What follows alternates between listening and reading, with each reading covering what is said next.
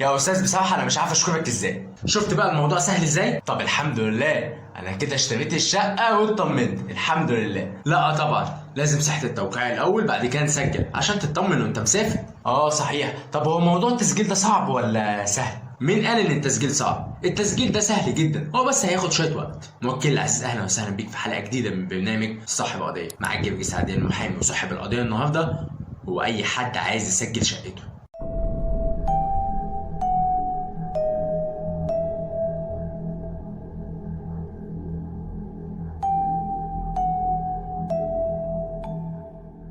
يا مساء الخير، معكم جرجس عادل المحامي ودي حلقه جديده من برنامج صاحب قضيه. حلقتنا النهارده حلقه مهمه جدا، وان حلقه النهارده بتضمن لك حقك في المستقبل لو اشتريت شقه وخايف ان هي تضيع منك. تعمل ايه بقى علشان الشقه ما تضيعش منك؟ حابب اشكر كل اللي عمل شير ولايك وكومنت على الحلقه اللي فاتت، ومستني تعملوا كده كمان في الحلقه دي. نبدا بقى في موضوع حلقتنا. انت النهارده اشتريت الشقه والحمد لله الف مبروك، ودفعت فلوسها وبقى معاك كمان حكم بصحه التوقيع.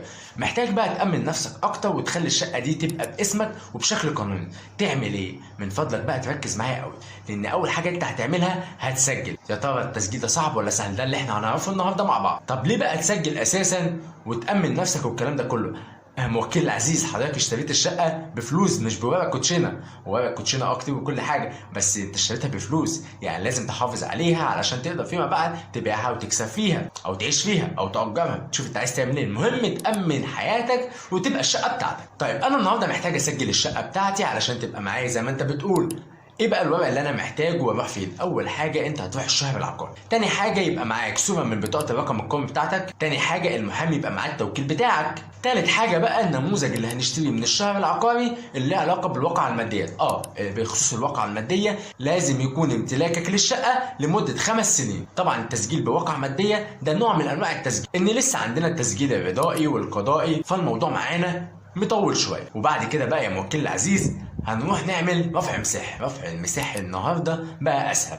ليه؟ لانك هتروح عند مول سيتي. عارف مول سيتي اللي احنا بنروح نتفسح فيه ده؟ لا دلوقتي احنا بنروح بقى كمحامين نشتغل فيه. تخيل، بنروح نعمل رفع مساحي وبعد كده بقى بنتفسح. واهم بقى ورقه معانا تكون موجوده، يكون معاك رخصه العقار.